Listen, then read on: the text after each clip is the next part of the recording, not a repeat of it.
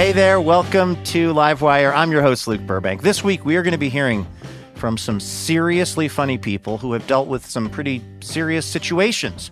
First up, it's Aparna Nancherla. She's been all over TV and Netflix with her acting and stand-up comedy. And now she's got a new memoir out. It's titled Unreliable Narrator, Me, Myself, and Impostor Syndrome. And in it, she talks about nicknaming her depression Brenda. By the way, she says, if your name is Brenda, you can nickname your depression Aparna. Then we're going to hear some stand-up comedy from the legend himself, one of the funniest people out there today, Gary Gulman. Plus, we're going to hear some music that's also a history lesson from our pal, No Boy. This is going to be a great episode of Livewire. I can just feel it. Plus, I was there when we recorded it. I know what I'm talking about for once. Stick around. It all gets started right after this.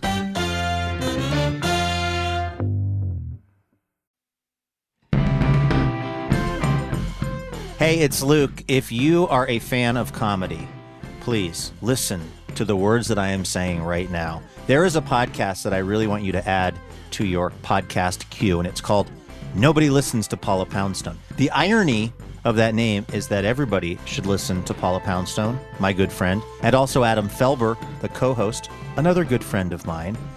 What they make each week is sort of like a variety show, also mixed with a late night show. There's a lot of public radio wit involved. Like, you know that Paula is really the standout cast member of Wait, Don't Tell Me.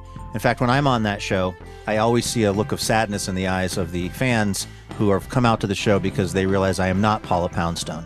Now, Adam Felber, also on Wait, Don't Tell Me, he's hilarious. The fans are only excited when they see Adam Felber. And together, Paula and Adam just have this really wild ride that's really funny. It's really informative.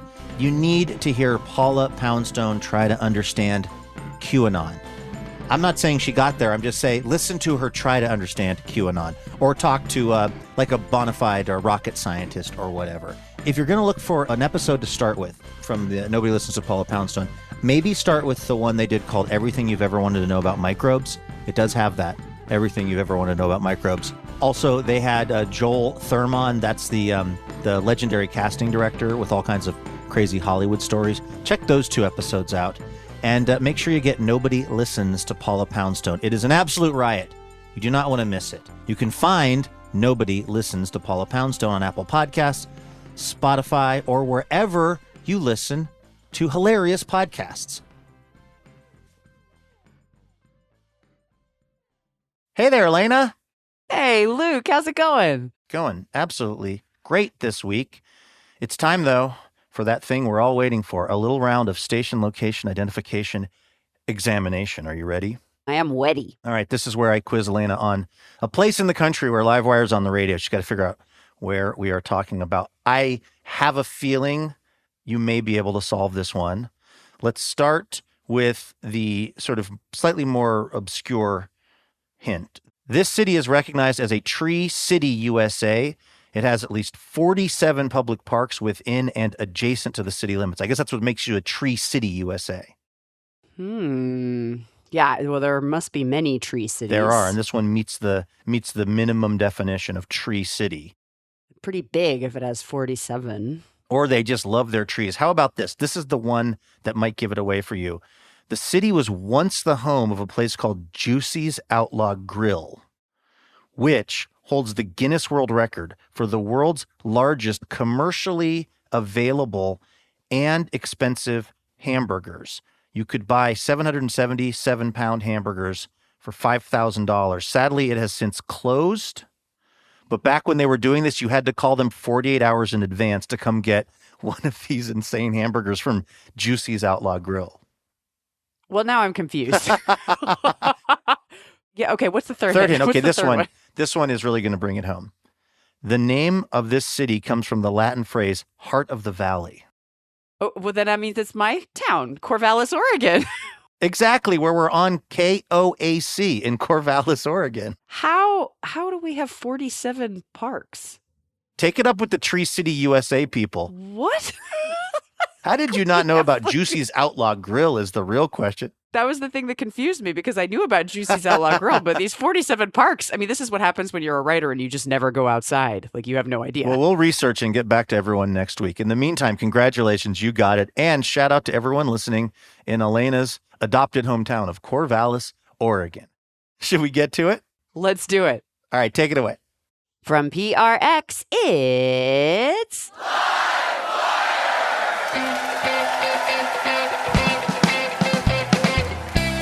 This week, comedian and author Aparna Nancherla. Okay, if my self-doubt has so much to say, why doesn't it do some work for once, you know? And stand-up comedy from Gary Gulman. You are more likely to be Jesus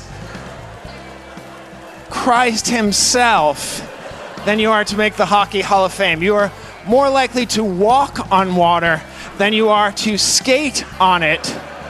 With music from No No Boy and our fabulous house band. I'm your announcer, Elena Passarello, and now, the host of Livewire, Luke Burbank.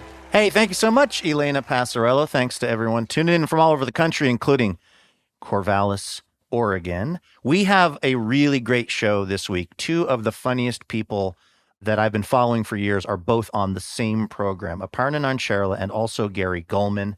It's going to be really great. Plus, we've got some amazing audience answers to our audience question this week, which was, tell us about a time you felt like an impostor. Aparna's book is about imposter syndrome, among other things. So we're going to get to those responses here just in a few minutes. First, though, of course, we got to kick things off with the best news we heard all week. This is our little reminder at the top of the show that there is some good news happening out there in the world. Elena, what is the best news that you heard all week? Okay, this news starts out harrowing, but don't worry, it turns best. This took place a couple of weeks ago in one of my old stomps, Austin, Texas, where Palash Pandey, a software engineer who's relatively new to town, lives with his cat, a really cute black and white cat, and her name is Tux. Tux and Palash have been together ever since he was in grad school in another town, and he found her at the college library. She was just like a kitten hanging out at the library, and they're BFFs, and one day she wasn't feeling well. So he made an appointment at the vet, and he doesn't use a car, so he called a Lyft. The Lyft took her to the vet, and as he was getting out of the car, he reached in to get the cat carrier, and the Lyft just took off. And so then Palash, he didn't know what to do. So he just started posting on social media. He's like, hey, there's this car that drove away with my cat. I don't know where my cat is. The Lyft driver actually texted him at one point and was like, there's no cat in here. And he was like, what? And so then he kept on trying to call him, I think, and that's when he got kicked out. So people on social media, of course, immediately started reposting and responding to him, giving him ideas on how he could track down the vehicle. They encouraged him to call the authorities, which he did. They started a barrage of contacts to Lyft corporate. It ended up getting on K-View. It started going global. There were people checking in from like London, like, I can't go to bed until I know what happened with the cat. Halfway through, Lyft sent him a boilerplate message. Maybe you've gotten this, Luke, that's like, we're working hard to retrieve your lost item. If the driver has to return, you will be charged a fee. Yeah, it's like $20. Yeah. So he's like, what's going on? My cat is missing. This guy is not telling me where the cat is. We have no idea where the cat would go. But finally, Lyft Corporate brought in an investigative team. And the city was also looking for the cat. And like the next day, they found the cat in the stairwell of a real estate building really, really close to the vet. But here's the best news. Tux got back. Tux is fine. And Lyft covered all of the vet bills. So everything is cool. And now, just so you know, if you're ever going to hire a Lyft to take your pet somewhere, before you get into the car, make sure that the driver knows what's going on, that you have a pet, and that you expect to still have the pet when the Lyft ride is over.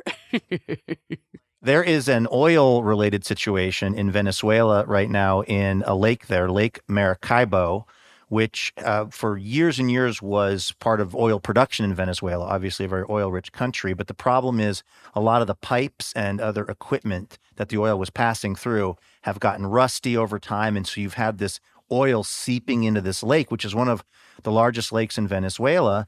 And it's really ruinous for the fishermen and for the people that want to use the lake and for the animals that live in it. And the Venezuelan government, at least some part of it, has been trying to say this is really more sort of aesthetic than anything. Like it's this sheen of oil, but basically don't worry about it. It's not a big deal. Well, Celine Estrach thinks it's a big deal. She is studying environmental science at a university, the University of Zulia, and she was trying to figure out something to do about all this oil that's been leaked into this lake. And she was one night up late looking at the internet, like we all do, and she saw there was a San Francisco-based organization that had used human hair to help soak up oil spills, because it turns out that human hair is more absorbent than almost anything else for this kind of stuff. Human hair is made of keratin mostly, and the keratin has these little kind of spots, if you will, that just the oil sticks to them. So she decided to start seeing if she could get hair salons in Venezuela to start donating hair to her research project, because she's studying this in school. And she thought she might sign up like a handful of salons. She got like 600 to start sweeping up the hair on the floor and sending it to her. Now, by the way, she said her car is just full of bags of human and animal hair. But what's crazy is the research is really promising on this. At her university, she is working with a team to put the hair into these kind of mesh bags and create these booms. The way it's described in the article I saw, they're sort of like giant hair sausages that are just going to float in the lake. You put the words giant hair sausage into an article, it's getting on Livewire, Elena. I think that's the takeaway.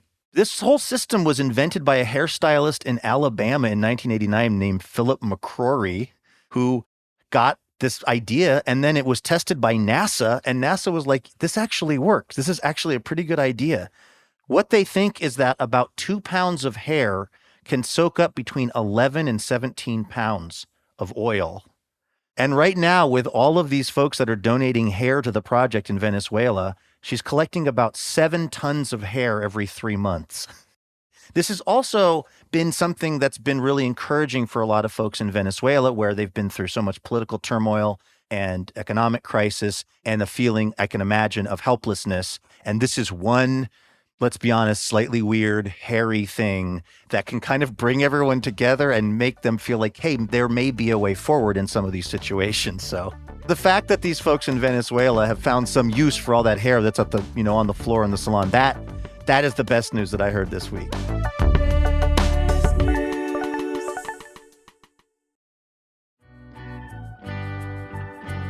All right, let's invite our first guest on over to the program this week. She is an accomplished comedian, actor, and writer. She's got comedy specials on Netflix and Comedy Central. And yet, she might tell you, if she's having one of her darker moments, that her career is absolutely in the toilet.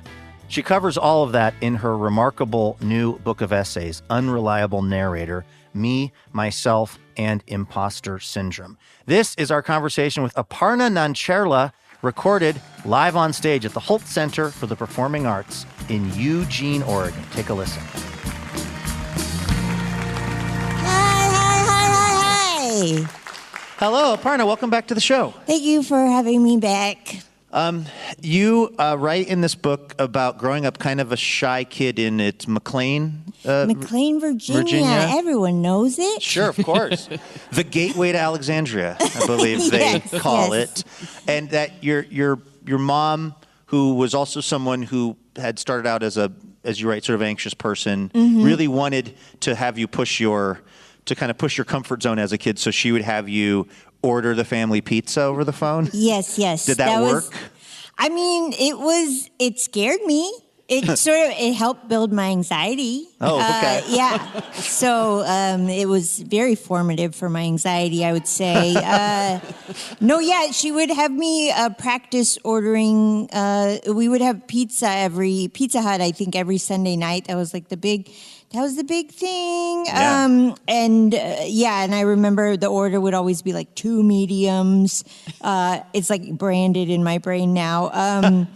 I've been trying to unlearn it in therapy, but it's not working. It was like Veggie Lovers, and then there was another one. But I just remember I would be like rushing through it in my head, just rehearsing it. I don't know what was so terrifying about the idea of just talking to a stranger, but I think it was just because they were also probably underpaid and undervalued, and they didn't want this nervous person ordering pizzas. They were not trying to be part of your personal growth. Yeah, they were trying to be part of your personal pan pizza. Yeah, nobody wants to be your therapy homework, Yeah. You write about the various lengths that your mom, it sounds like in particular, went to, including enrolling you in a public speaking class where you were one of the only non-adults. Yes. This was one of her other ideas. She was full of ideas. She signed us up for these public speaking classes. She was like, this is a lifelong soft skill. Like, that was one of the exercises. It was like, pick a slip of paper out of a hat and just talk about that topic for 3 minutes. I don't know. Like, I think it was sort of my gateway into comedy because it was something about speaking in front of a group, but then being told like, oh, like move your arm like this occasionally, or like scan the room. Like, it kind of felt like a cheat code to how to interact with a bunch of strangers. Yeah, I don't know. Maybe you guys you could do it. Yeah. I've been looking for that cheat code for like 10 years on this show. Yeah. We're talking to Aparna Nancherla here on Livewire. The book is Unreliable Narrator, Me, Myself, and Impostor Syndrome.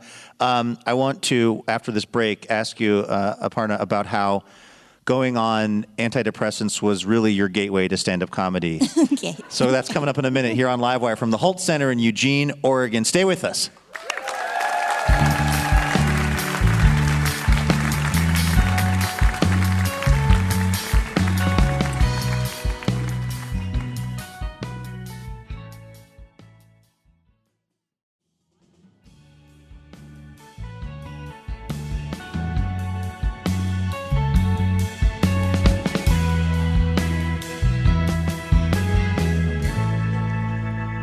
Welcome back to Livewire from PRX. I'm Luke Burbank here with Elena Passarello. We are at the Holt Center in Eugene, Oregon.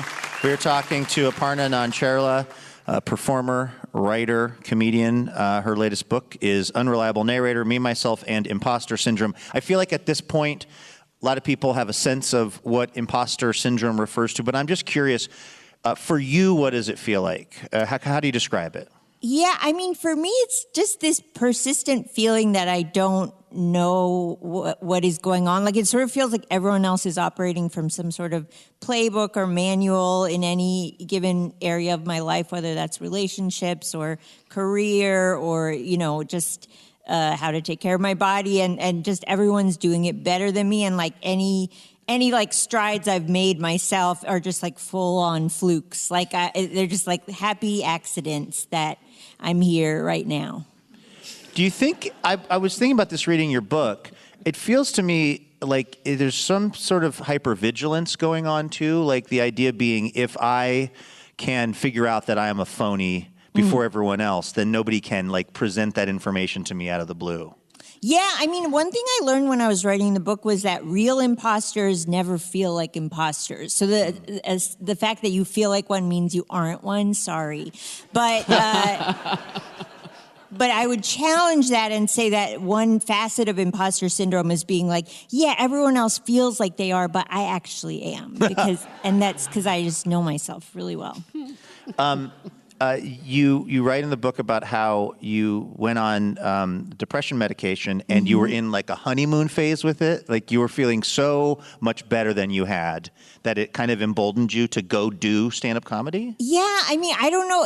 I think a lot of people have this experience with antidepressants, but it's like the first time you ever go on them, like it is sort of like putting on glasses for the first time if you're nearsighted or something, where life is just suddenly like experienced in a different frequency, where it's like music is sweeter, food tastes better, and you're like, wait a second, everyone else has been doing it like this? Yeah.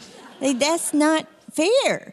But I think it also, along with that rage, which you channel into joy, I was like, oh, life is actually a lot better than I thought it was. And so I think emboldened me to try things I never would have otherwise. And I think, stand-up comedy ended up being one of those things. You know, I read a New York Times profile of you, and the way that the writer described how you get ready to do a show was fascinating to me. And I have this week been applying it to my getting ready for this show, which is telling yourself it's okay if you mess up and that you have historically been good at this. And then something where you press your fingers together. I was kind of trying to guess at what they were referencing, acupressure. You can't guess? I was driving around.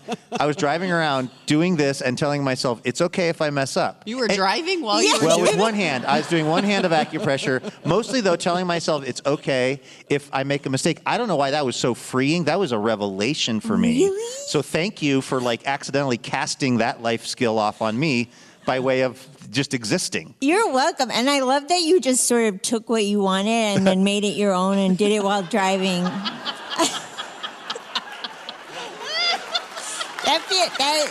That is like the straight male confidence I need. That would be the first time in history a straight white male has just swooped right in and just harvested whatever was of use to him and just left everything else behind. Why do you think so many people who are performers, I mean, there's a quote right at the beginning of the book that I hadn't seen before, but it's from a British pediatrician and I think psychoanalyst named D.W. Winnicott, and it talks about the conflict that a lot of artists feel, and it says basically it's the urgent need to communicate and the still more urgent need to not be found. Why do you think it is that so many people that end up on stages like this talking to microphones both feel that need for people to pay attention to them and the need to not be found? Yeah, I don't know. For me, performing feels like a pressure valve being released. It feels like it gives me some degree of connecting with the world because I so often feel disconnected from it or not knowing where I fit into it. So I think performance gives me a sense of going up to that wall and being able to maybe see through it a little bit. But then as soon as I get maybe too much feedback or too much acknowledgement that I'm being seen, I'm just no, I wasn't ready. I gotta go, wait, I gotta go away. I don't know, there's it's a weird paradox. Because I do get asked that question a lot as a shy introvert. It's how do you do stand up? And sometimes I'm I don't know. I think just God wants me to. Yeah. That's the perfect answer. It sounds like this book, though, was actually kind of the outgrowth of that struggle that you have because you had a national tour scheduled and right before just realized you were not going to be able to do that. And so having canceled that, you then turned your attention to trying to write about it? Yeah, because, it was a point at my career where I had accomplished some things, checked off some milestones, and I sort of thought I would work through, as I would climb the ladder, I would get, less anxious and more confident and more sure of my place in maybe the industry, and it just felt like it was the opposite. I got more unsure of myself. I felt more worried about the opportunities I was getting and whether I was qualified to achieve them, and so, I really had to take a break and step away from all of it. And I was kind of okay, if my self-doubt has so much to say, why doesn't it do some work for once, Right, you write something. One thing that makes this book so unique that I don't think you necessarily had to do, because you're a comedian, you're a storyteller, you have these great experiences, sense of rhythm and timing. There's a ton of research in this book. I know. To me, it's a little embarrassing because it's I know what the type of book people expect from comedians, and I feel like I did not write that. And it's serious and some funny parts, but then there's also a lot of, sources cited. And I think it's because those are the kind of books I like to read. Yeah. I love reading, journalists' books of essays like Gia Tolentino or people of that ilk. And so I think this was sort of my fan fiction version of that. Yeah. It's a little embarrassing. You are listening to Livewire from PRX. We're chatting with comedian Aparna Nancherla about her new book, Unreliable Narrator. Something else I read, Aparna, you're talking about your process of writing jokes and writing that you are capable of starting jokes while you're in the midst of a depressive episode? Yeah. I mean, even writing about my mental health sort of came out of the same thing as the way this book originated, which is that it was something I was struggling with acutely in my actual life, and then it felt like writing jokes about it at least gave me a little bit of distance, or like a little bit of a way to dissociate from it a little bit. So for people who struggle with depression, it really is like you're just in this waiting room where you're like, I don't know when I will be seen by happiness. So so you're just finding ways to pass the time, So I was like, I guess I'll run around about it. But you'll be in the midst of really having you're struggling, but are you writing down like things that are striking you that are funny that are unrelated to the depression you're in, or is it about how you're feeling in the moment? I'm curious, the idea of writing jokes or the beginning of jokes while also operating under that cloud just seems really counterintuitive. Yeah, I mean, the thing with my depression, which I begrudgingly like about it, is that sometimes it will, not like it will show up later in the day. So it'll be like, you can do a few things today, and then later is me time, like, Right. Yeah. So it's a little bit of a balancing act, but yeah, I mean, I think also just having a comedian brain, you are just like prone to just writing down any little interesting thing or something that catches you off guard to be like, well, maybe it'll be something later. But there are things I write down during more, lower mood days where I'll just be like, oh, this is maybe a cool idea. And then I'll look at it the next day and I'll be like, you were very sad, girl. You were very sad yesterday. You think you say somewhere in the book that you had this idea maybe at the beginning of if you wrote this all down, it would sort of fix you, which I think is pretty obviously like not how things tend to work out in life. But I'm curious what the impact has been like, and also just how, as we're sitting here on the stage talking and stuff, like how are you feeling? Yeah, I mean, I think there's been, first of all, writing a book about imposter syndrome is in itself like a very strange meta exercise, because the whole time you're just like, who am I to write a book about anything? But then, yeah, but now that it's out, it's like promoting it is even weirder, because it's like going around and being like, I'm very insecure, please buy my book. Like it's... Yeah. It's a little bit disorienting in a way. You're posing for, like, I have to say, very cute photos in the New York Times. Yeah, I know. Like, those are great pictures. And it's like, this girl is unwell, like, please help her. Buy her book. She needs it. Yeah, so it's a little bit strange in that sense of like, I mean, really for any creator, it's like once you put something out into the world, you kind of have to let go of it in a way. So I've tried to, consciously uncouple myself from it a bit. Yeah. Thank you so much for coming on the show. Thanks the for book is having me. Unreliable Narrator by Aparna Nancherla right here on Livewire. Thank you. Thank you. That was Aparna Nancherla right here on Livewire, recorded at the Holt Center for Performing Arts in Eugene, Oregon. Her book, Unreliable Narrator, Me, Myself, and Imposter Syndrome, is out now. Hey, special thanks this episode to Karen Anderson of Portland, Oregon, and Walter Shalda of Munster, Indiana. They are part of the Livewire member community, and they are supporting the program generously with a donation each month, which is how we're able to do Livewire. So thank you so much, Karen and Walter, for keeping the show going.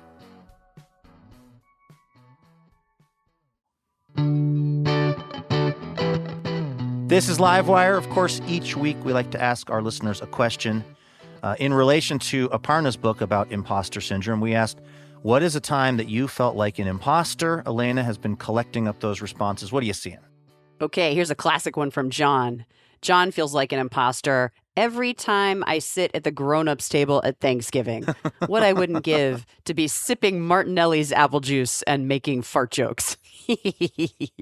That is absolutely directly from my childhood, right down to the Martinellis. Did you have it in a wine glass so you felt fancy? A mug.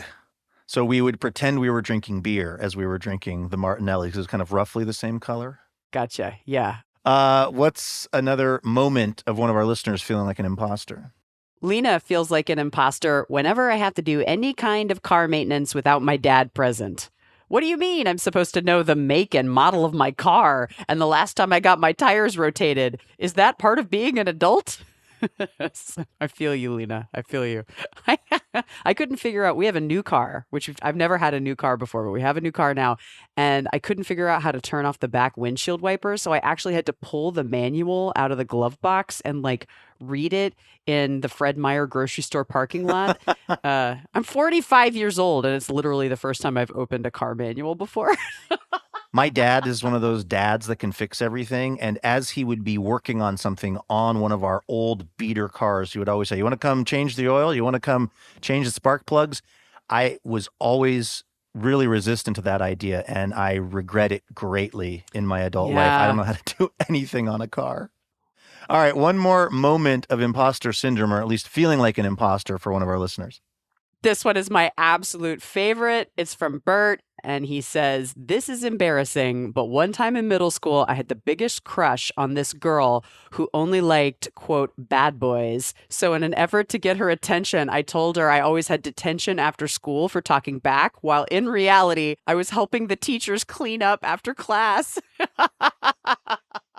That is like the opposite of when you get a bad grade and then you try to change it, like you try to change the D into a B to bring it home to your parents. This is the total opposite. This is a person who was actually being a very studious, helpful person, pretend that they were a delinquent.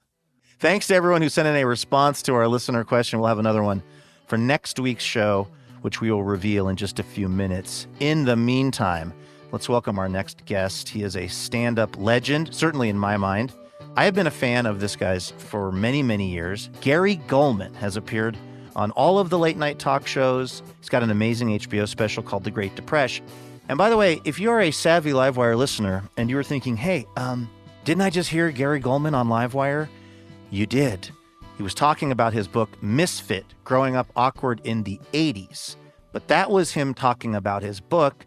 This is Gary Gulman doing some actual stand-up for our very thrilled audience at the Alberta Rose Theater in Portland, Oregon.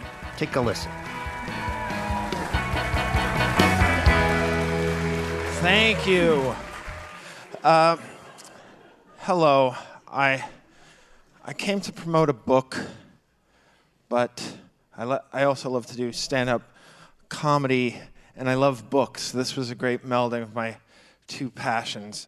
One of the great things about the century we live in is that you can get a book in as little as 3 seconds. Maybe a day would keep you from reading what you want to read. And I compare that to what I grew up with in the 1970s and 80s, where I got my books through the Scholastic Book Club, where it took me 10 days to get my mom to write out a check. That was 10 business days. That was her policy. And then you would bring in the check with the book choice. We were only able to afford one. I would get one book and no posters, just a book. And you would bring that in September, and then the book would be delivered senior year of high school. So I got my diploma and Hop on Pop the same afternoon, and obviously my verbal suffered. I feel I would have thrived in the millennial Gen Z generation because I was very sensitive and thirsty. The Gen Z kids, much nicer to each other than we were, and it's no coincidence that they are much better hydrated. Then water was just not a consideration when I was growing up. And a lot of people from my generation will say, well, we didn't even need it. We needed it desperately. Desperately. We walked around dizzy and listless all day long. We were irritable, if you remember, and we would get maybe we would get to go to the drinking fountain twice a week. And I remember the teacher would count how long we got to sip. This was our water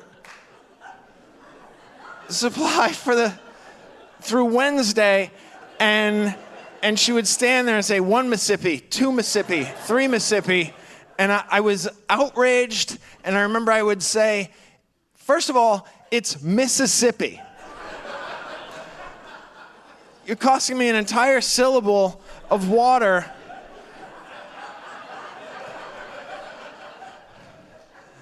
And I'm not surprised you're using Mississippi to deploy your horrific drinking fountain policy. How apt.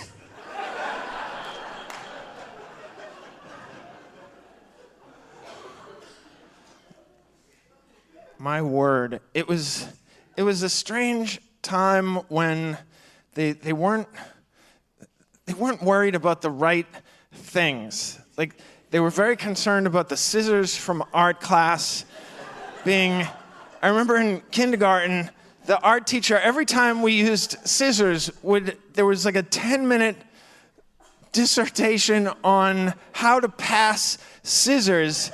And I remember thinking at the time, oh, this must be something that people do a lot. Pass scissors to each other. And I'm not exaggerating. I have never passed anyone a pair of scissors in my life. And there was a whole etiquette to passing scissors, and I could have summed it up in one just kind of, all right, you'll never pass scissors, but for some reason, if you ever find yourself passing scissors, you're a mayor, and there's a ribbon cutting at a bridge. Okay, when you're passing the scissors, don't make a frenzied stabbing motion. Don't go like this. Just...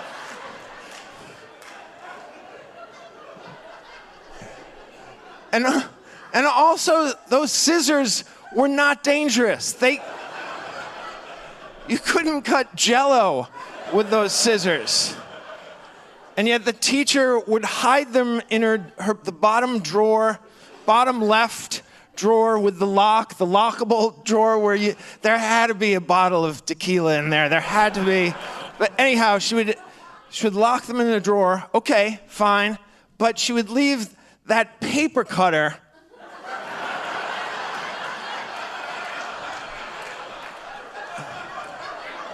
like you could behead a rhinoceros with that thing. Oh yeah, teacher, hide the safety scissors, of course. Leave that portable guillotine out for everyone to play with. I grew up in a very unusual sect of Judaism called poor.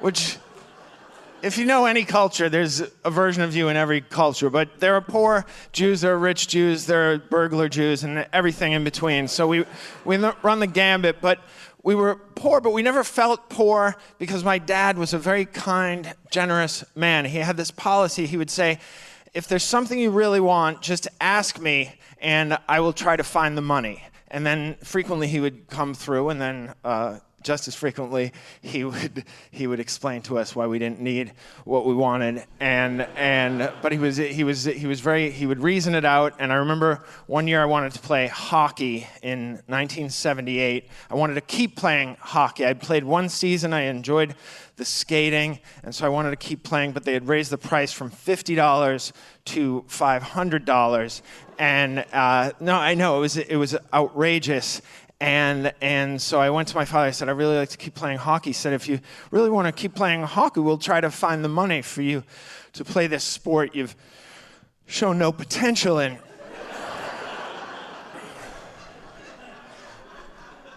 also, Gare, Jews have acquitted themselves with very little distinction in hockey. He said, I can't name a Jewish hockey player in the Hall of Fame, but let's check out the Sports Almanac, and we'll count how many Jewish players there are in the Hockey Hall of Fame. So I grabbed the Sports Almanac that I'm not making this up, I got from the Scholastic Book Club. They had a book fair, and you could pick one free book, and I got the Sports Almanac it was from like 1975 or whatever, but I got the book and I brought it over to my dad. He said, all right, we're counting the Jewish players in the Hockey Hall of Fame. Ready, done. This was 1978. There were 0 Jewish players in the Hockey Hall of Fame in 1978. Now, of course, there are 0 Jewish players in the Hockey Hall of Fame. He said, just for a point of comparison, son, more Jews have been the Messiah.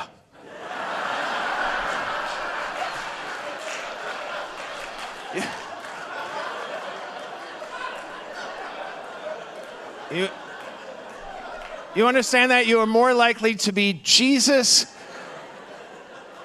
Christ himself than you are to make the Hockey Hall of Fame. You are more likely to walk on water than you are to skate on it.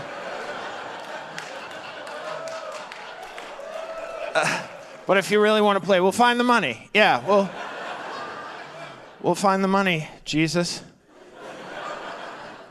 At this age, I'll take wisdom wherever I can get it, and I've always found do unto others as you would have them do unto you to be very valuable. It's basically a sentence, but a blueprint for living an ethical, compassionate, empathetic life. And it's perfectly worded, and it's incredibly memorable, which makes me think that there is no way that Jesus improvised that on the Mount.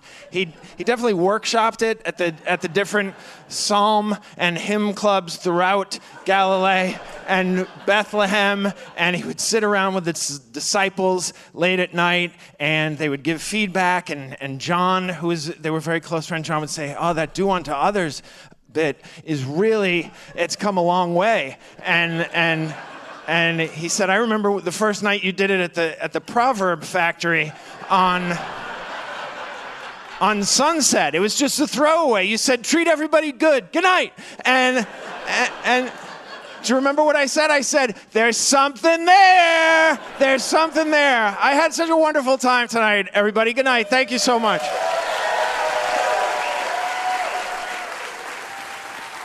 Gary Gulman, right here on Livewire.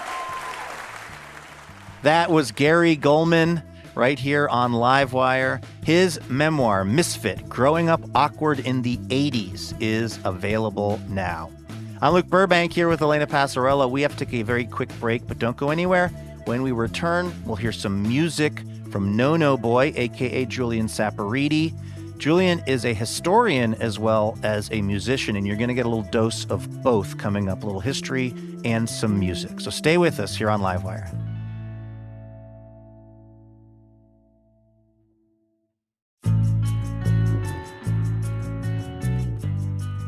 Welcome back to Livewire from PRX. I'm Luke Burbank here with Elena Passarello. Okay, before we get to our musical guest, a little preview of next week's show. We are going to be talking to one of the most decorated runners of all time, Lauren Fleshman, as she talks about her New York Times bestseller, Good for a Girl, My Life Running. It's kind of part memoir, part manifesto about challenging kind of the male-built sports system. We talked to Lauren in Tracktown, USA, Eugene, Oregon, so people were pretty excited to have her out there. We're also going to hear from comedian and writer Joey Clift as he talks about his Comedy Central digital series, Gone Native, which delves into the weird microaggressions that a lot of Native people in this country find themselves subject to. Then we are going to hear some music from the very fun Seattle-based indie supergroup, Who Is She? They are going to perform a cover of a song that actually got them fired from a professional hockey arena where they were supposed to play multiple days. So you're going to hear all about that coming up on next week's Livewire. Here on this week's Livewire, our musical guest is someone who tells stories rooted in years of research and relationship building that he started developing as the central component when he was working on his PhD at Brown University. His latest album, Empire Electric, further examines narratives of imperialism, identity, and spirituality, and is available now from Smithsonian Folkways. This is Julian Saporiti, also known as No Boy, who joined us recently at the Alberta Rose Theater in Portland, Oregon. Welcome back to the show, Julian and Amelia, and also Jacob Miller, who's going to be playing with you. Thanks for coming out. Thanks for having us. Your last album that you were on the show playing a while ago was just so incredible from a musical standpoint and from the perspective of the history that it really unearthed and the way that you even gathered the audio for it.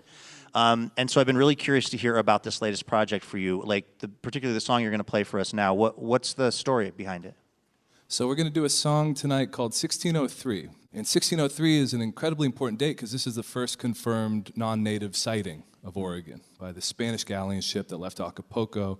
This incredibly arduous journey. This is known, but what wasn't known was a colleague of mine from my PhD days. He texted me one day and he's like, you know, there was 7 Asian sailors on this ship. So like the first time Oregon, the confirmed sighting, it's this multicultural crew. Wow. And for a state, you know, that was started with a literal white supremacist constitution, whites only state, and is sort of the icon of manifest destiny with Lewis and Clark and the Oregon Trail. We're talking 200 years before that. There's this multicultural Spanish galleon kind of lost in southern Oregon looking at these snow-covered peaks, and it alludes to this larger history of Asians coming over in this deeply globalized world of the 16th and 17th centuries on these Spanish galleon ships in the thousands. And so we think often of Asian American history starting in the mid-19th century, right, with the Chinese miners and railroad workers.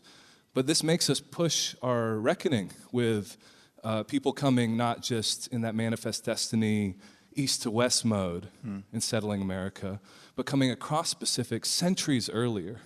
This first song that we're going to do is sort of detailing that incredible voyage and thinking about the perspective of this one guy in particular, this diver on the ship named Anton Tomas, who was from Malabar, a place in India, right? So in 1603, how do you get to southern Oregon?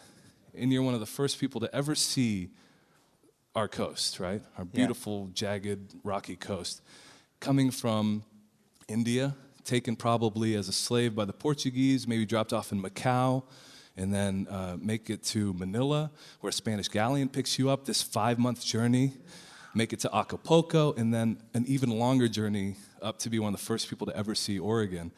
It's mind-boggling. And so, again, as a history teacher, as a scholar, but as a musician as well, learning this story and then going to the actual beach that they saw, right? They never set foot on land because, as a song will say, at the point where they saw Oregon, only 6 people were even able to stand just because of malnutrition and dying and stuff like that. So it's this floating ghost ship. And I love the idea of this complicated notion of discovery, right? Because this is the first confirmed sighting. There might have been ships, Spanish galleon ships that sailed past Oregon and didn't know it before that, but much like, Columbus, like unheralding these discoveries and showing them as just like accidents of history and just people being washed up in this like very complicated, globalized mesh of empires is fascinating. And, hopefully some social studies teacher in Oregon hears this and they play this song for their kids. Yeah, well, let's hear it. All right. This is No Boy here on Livewire.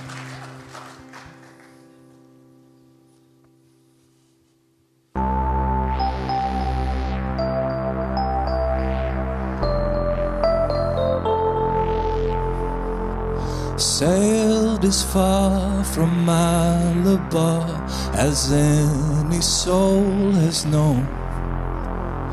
Peaks of snow, a jagged coast, great giants made of stone. 2 months through the Visayas and 3 beyond the blue. At California's crest turned south, the mouth of hell we crew, only for you, only for you. Left the bay the 5th of May, then north to San Bernabe. Beneath the tent, the sacrament, the feast was held on Sunday. Indio, Indio, a gift of tiger skin. The Latin Mass, our foreign past, forgive us this, our sin, only for you, only for you, only for you. It was only for you. Thomas turned back with the ill, Diego kept the cross.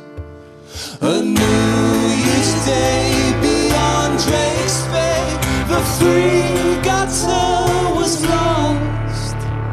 But north we climb, morale decline, not even 6 could stand.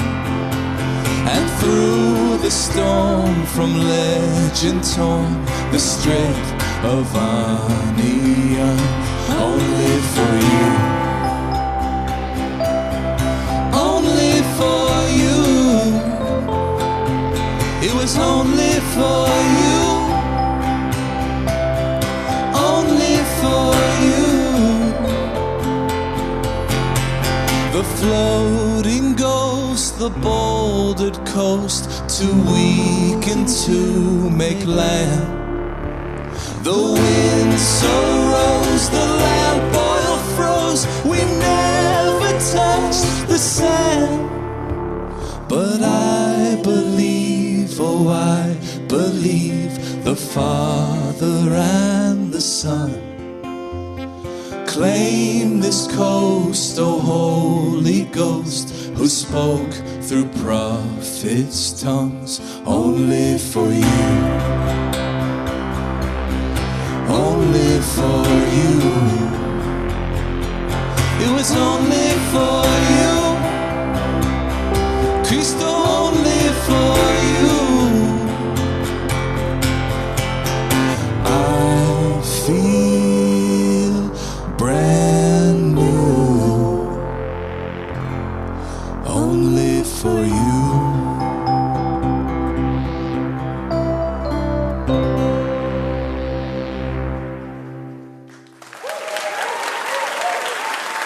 That is No No Boy right here on Livewire. That was No No Boy. You can listen to Julian's entire new album, Empire Electric, which is out now. That's going to do it for this week's episode of the show. A huge thanks to our guests, Aparna Nancherla, Gary Gulman, and No No Boy. Laura Haddon is our executive producer. Heather D. Michelle is our executive director. And our producer and editor is Melanie Sevchenko. Molly Pettit is our technical director. And our house sound is by D. Neil Blake. Trey Hester is our assistant editor. Our marketing and production manager is Karen Pan. Rosa Garcia is our operations associate. Jackie Ibarra is our production fellow. And Aunt Diaz is our intern. Our house band is Ethan Fox Tucker, Sam Tucker, A.L. Alves, and A. Walker Spring, who also composes our music. And this episode was mixed by Molly Pettit and Trey Hester. Additional funding provided by the Regional Arts and Culture Council and the James F. and Marion L. Miller Foundation. Livewire was created by Robin Tenenbaum and Kate Sokoloff. This week, we'd like to thank members Karen Anderson of Portland, Oregon, and Walter Schalda of Munster, Indiana. Shout out to Munster. For more information about our show or how you can listen to our podcast, head on over to livewireradio.org. I'm Luke Burbank for Elena Passarello and the whole Livewire team. Thank you for listening, and we will see you next week.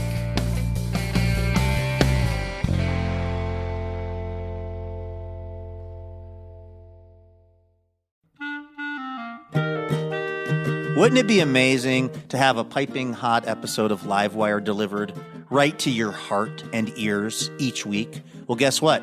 That can happen when you subscribe to the Livewire podcast feed, and you'll get the joy of surprising conversation every week. So go ahead and do it. It's super easy. You click on the button at the top of your podcast app, and bam, you are Livewire subscribed. And if you're still, feeling the love, if you're enjoying the show, hey, maybe you could hook us up and leave us a quick review. That'll help more people find out about Livewire. And thank you.